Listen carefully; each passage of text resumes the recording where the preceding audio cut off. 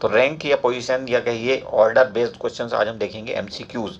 यहाँ पे हम ट्रिक्स का इस्तेमाल करेंगे भरपूर, और आपको विद इन 5 सेकेंड कैसे आंसर आता है विदाउट कॉपी विदाउट पेन, वो सिखाने वाले हैं। तो हमारे साथ पूरे वीडियो में आप बने रहिए। यहाँ पे हम आपको प्रैक्टिस के लिए क्वेश्चंस देंगे, कम से कम 3-4 क्वेश्चंस आपको प्रैक्टिस के लिए देंगे, जिनका आंसर आप कमेंट बॉक्स में कमेंट करके बताएंगे। बस 5 या 6 सवाल आप हमारे साथ करिए कॉपी पेन उठा करके, लेकिन और उसके बाद लाइफ टाइम आपको कभी रैंक का सवाल मिस होता हुआ दिखाई नहीं देगा किसी भी XYZ कॉम्पिटिशन में। हालांकि इस तरह का वीडियो हमारे यूट्यूब चैनल पर ऑलरेडी है, हमने ही बनाया है, पर वो प्योर हिंदी में है, इसलिए इसको बनाना ज़रूरी हो गया था, क्योंकि बहुत सारे बच्चे इसकी डिमांड लगातार कर रहे थे, क्योंकि वो प्योर हिंदी मीडियम से नहीं आते। एनीवेज, अब ये कमी भी आपकी डिमांड पे हमने पूरी कर दी है, तो होपफुली अब आप इस पर प्रैक्टिस करेंगे अच्छी, और कभी भी लाइफ में इस तरह का सवाल गलत नहीं करेंगे। चलिए, तो यहाँ पे होता क्या, देखिए रैंक में जब हम पोजीशन या रैंक या कहीं ऑर्डर की बात करते हैं, तो टॉप टू बॉटम बात करते हैं, या तो हम just moment top to bottom, okay. जैसे ये हो गया टॉप, ये हो गया आपको बॉटम, कि भाई टॉप से उसकी रैंकिंग ये है, बॉटम से उसकी रैंकिंग ये है, ऐसे करके बात होती है। या फिर बात होती है लेफ़्ट टू राइट की, कि लेफ़्ट से उसकी पोजीशन ये है, राइट से उसकी पोजीशन ये है। तो ये हो गया लेफ़्ट, ये हो गया राइट, आपका टोटल दिया होगा आपको। तो अभी हम चूँकि सिंपलेस्ट फॉर्म की बात कर रहे हैं, थोड़ा सा कॉम्प्लिकेशन और आएगा इसमें अगर हम एंट्रेंस के क्वेश्चन पेपर्स की बात करें, एक्सेप्ट कैट।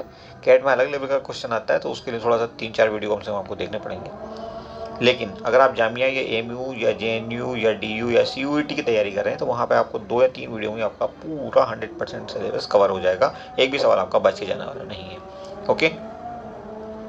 अब यहाँ पे थोड़ा सा आप एक बार कॉन्सेप्ट भी समझ लीजिए। ये हुआ विदाउट, जस्ट मोमेंट, एक सेकेंड, ओके। ये आपका विदाउट कॉपी पेन, विदाउट, थोड़ा सा पेन बहुत ज़्यादा ही मोटा हो गया, तो इसको थोड़ा बारीक करते हैं अपन, ओके। आई थिंक आप नो, ओके, ठीक है जी।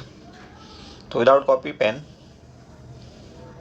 कॉन्सेप्ट समझते हैं। सबसे पहले देखिए होता क्या कि सपोज किसी रो में कहना चाहिए 25 बच्चे हैं, यहाँ पे 25 बच्चे, कितने हैं 25 बच्चे, और आपको कह दिया जाए कि आपकी पोजीशन इस रो में लेफ्ट साइड से, लेफ्ट से है 13th।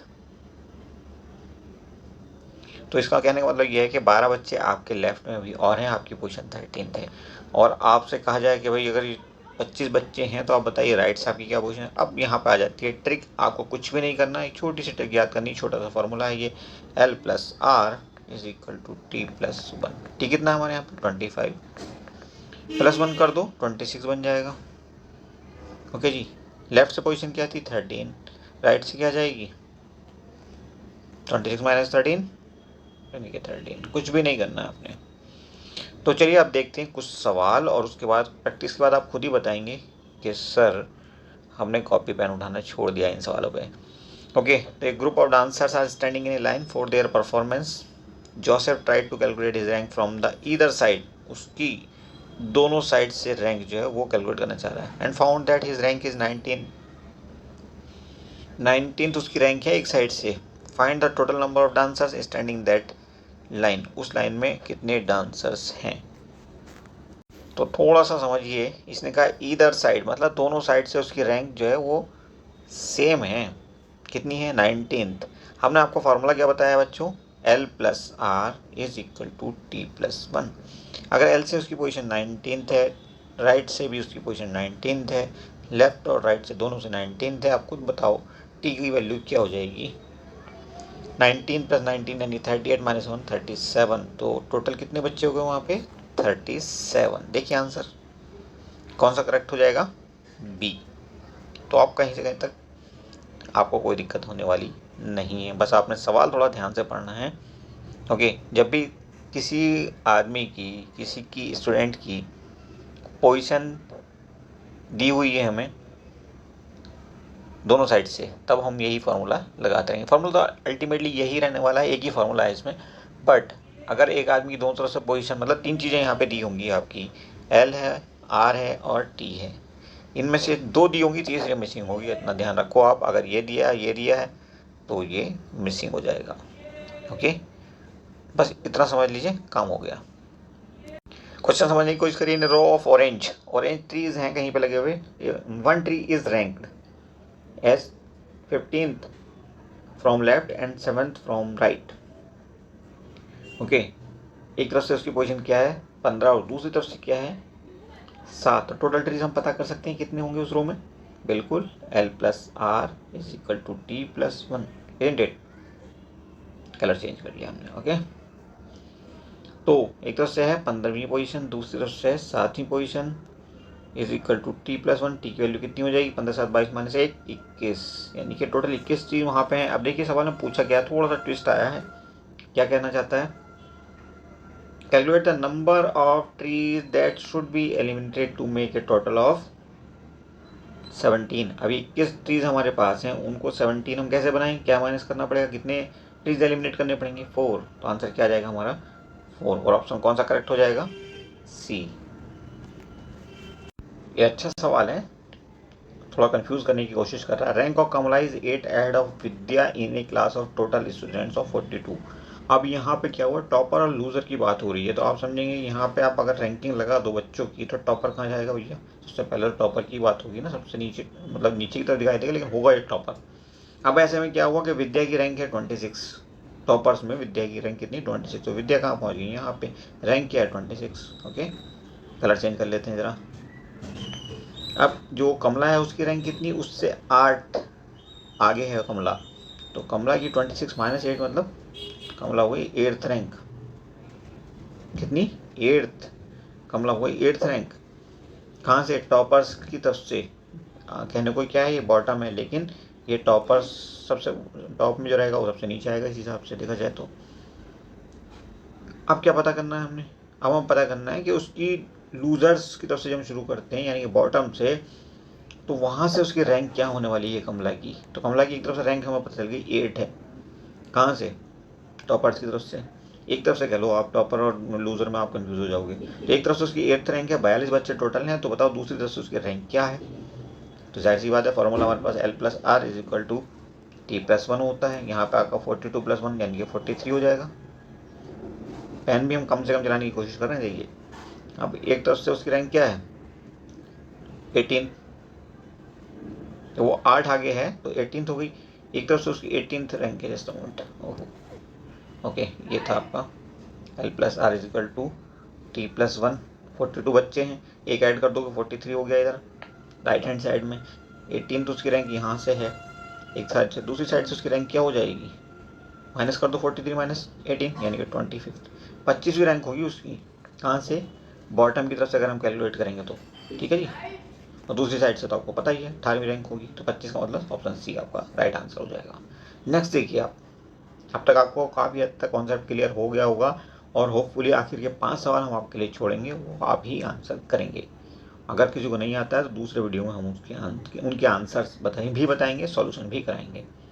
देखिए, रैंक ऑफ सुजय 17वीं है from A bottom in a group of 25 students. 25 students हैं, बॉटम से उसकी रैंक, बॉटम और टॉप समझ लेना भाई, अगर लूजर की यहाँ बात करेगा तो फिर बॉटम ऊपर की तरफ चला जाएगा। Okay, find his rank from below if 3 new students will be added to the bottom of the list. अब देखेंगे आप इसको, ये सवाल हमारा कहता है rank of Sujoy is 17th from the bottom in a group of 25 students. अगर हम ये कहें कि ये फिर से रैंकिंग की बात हो रही है, मतलब टॉपर लूजर की, तो आप कहोगे जी टॉपर जो है वो नीचे की तरफ रहेगा सबसे, और जो लूजर होगा वो यहाँ पे चला जाएगा ऊपर की तरफ। इसको आप बॉटम भी कह सकते हो एक तरह से, इजंट इट। अब उसकी रैंक क्या है 17th है, ऊपर से अगर सुजॉय की रैंक 17th है और यहाँ पे सुजॉय है, ऊपर से 17th उसकी रैंक है, तो नीचे से क्या हो जाएगी 25 स्टूडेंट टोटल है वहाँ पे, तो ये हो जाएगी 9th रैंक उसकी। कितनी 9th रैंक हो जाएगी उसकी नीचे से। ओके, अब उसने कहा कि बॉटम की तरफ 3 स्टूडेंट्स और ऐड करती हैं, मतलब ऊपर की तरफ 3 स्टूडेंट और ऐड करती हैं, तो अल्टीमेटली अब उसकी पोजीशन नहीं क्या हो गई, अब तो 20वीं पोजीशन पहुँच गया ऊपर से, यानी कि लूजर की साइड से कम वाले मास वाले बच्चों की तरफ से अगर हम कोशिश करें तो उसकी रैंक हो गई है 20वीं। और यही आपका आंसर है, कुछ भी नहीं करना आपने इसमें, option B is right. Okay, कोई दिक्कत कहीं से कहीं तक, देखो आप कुछ ढंग से समझ सकते हो। ये आपका पहले उसकी रैंक क्या थी, ये थी 17th। ओके, अब 3 बच्चे ऊपर और ऐड हो गए ऐसे, तो उसकी 17th के बदले क्या हो गई 20वीं रैंक हो गई उसकी। ओके, बच्चे कितने हो गए अब पहले कुछ बताया था कितने बच्चे थे, 25 स्टूडेंट थे, अब 28 स्टूडेंट्स हो गए। नीचे वाली पोजीशन पर कोई फर्क नहीं पड़ेगा। जस्ट मोमेंट, आप ये ढंग से समझिए इसको। ये 3 बच्चे और आए, ओके। पहले रैंक उसकी थी 17th, अब उसकी रैंक हो गई है 20। लेकिन इधर से तो अनचेंज है ना अभी भी, 9th यहाँ से थी तो 9th ही रहेगी। इधर से आप टॉपर्स की साइड से कहिए इसको, इस साइड से उसकी रैंक अभी 9th रहेगी। अब उसकी दोनों रैंक हमें पता चल चुकी हैं। इधर से ऊपर से देखोगे यानी कि लूजर की साइड से तो आपको मिल रही है क्या 20, और इधर से देखोगे टॉपर्स की साइड से तो 9th मिल रही है। तो निकाल दीजिए आंसर। बच्चे अब हमारे कितने हो गए 28, एल प्लस आर रखिए, L plus R is equal to T plus 1, okay. तो लूजर साइड से उसकी रैंक थी 20 और टॉपर्स की साइड से उसकी रैंक है 9 इज इक्वल टू, देखिए 28 प्लस 1, ये भी 29 आ गया, इधर से भी 29 आ गया। बिल्कुल सही आंसर, आपका कोई दिक्कत नहीं कहीं से। नेक्स्ट देखिए क्वेश्चन नंबर 5। अब देखिए rank of Sakshi was mistakenly written as 12th from the top of 28 students. 28 students हैं यहाँ पे, कितने 28 स्टूडेंट्स हैं। टॉप से उसकी रैंक जो है वो मिस्टेकनली लिखी गई है 12th, but found that her rank was actually 13 from the bottom, okay. तो बॉटम, चलिए यहीं से इसी को बॉटम मान लेते हैं, कोई बात नहीं, इससे कोई फर्क नहीं पड़ने वाला इसमें, ओके। 13 था बॉटम से उसकी रैंक, ये 28 बच्चे हैं, 28 बच्चों में नीचे से उसकी रैंक है 13वीं। तो पता करनी है what will be her rank from the top. Top से रैंक क्या हो जाएगी, तो चलिए लगा लीजिए, top plus bottom is equal to total plus 1। तो 28 बच्चे हैं, 29 हो जाएगा यहाँ पे, ओके। हमें दे रही है 13 फ्रॉम द बॉटम उसकी रैंक, तो ये 13 लिख दीजिए आप। अब टॉप से उसकी रैंक बताइए क्या होगी, तो 29 माइनस 13 कितना आंसर हो जाना चाहिए 16। तो देखिए आंसर क्या आ जाएगा आपका 16, मतलब ऑप्शन डी आपका राइट आंसर हो जाएगा। तो इस ढंग से थोड़ा सा आप समझिए सवाल को, एक के बदले 2 बार पढ़ लीजिए और उसके बाद आपको 5 सवाल प्रैक्टिस करते करते इतनी अच्छी तरह से ये ट्रिक समझ में आ जाएगी कि कभी लाइफ में आपको ना तो इसमें कन्फ्यूज़न होगा और ना ही कॉपी पेन उठाना पड़ेगा। Okay, so that's all in this video. बाकी के सवाल हम आपको दिखा देते हैं। ये सवाल हैं जो आपको आंसर करने हैं, आप अच्छे से देख लीजिए। 1 मिनट और लंबा हो जाएगा वीडियो भले ही, ओके। और इसको आप आंसर करने की कोशिश करिए। ये रहे आपके ऑप्शंस। 2 सवाल देते हैं हम पीडीएफ में, हालांकि 10 सवाल अभी हमारे पास हैं। बाकी के 3 सवाल हम आपको, जब ये दोनों सवाल जो हम आपको दे रहे हैं होमवर्क के लिए, इनके आंसर बताएंगे तो बाकी 3 सवाल और ऐड करके पार्ट 2 हम आपको अवेलेबल करा देंगे डिटेल्ड सॉल्यूशन के साथ। ट्रिक वहाँ पे भी इस्तेमाल करेंगे, ट्रिक आप याद रखिएगा। तो छठा और 7वां सवाल, 2 सवाल आपके लिए हैं, इनको आंसर आप करिए, कॉपी पेन उठाइए, सवाल बनाइए और हमें बताइए। कभी आप लाइफ में नहीं भूलेंगे अगर आपने इतना काम कर लिया तो। Thank you for watching, see you soon. Channel को सब्सक्राइब जरूर करना क्योंकि हर एक वीडियो पे बहुत मेहनत लगती है, और जहाँ पे जुनून पढ़ाई करानी हो तो वहाँ तो बहुत ही ज़्यादा और भी बढ़ जाती है। So once again thank you very much for watching this video.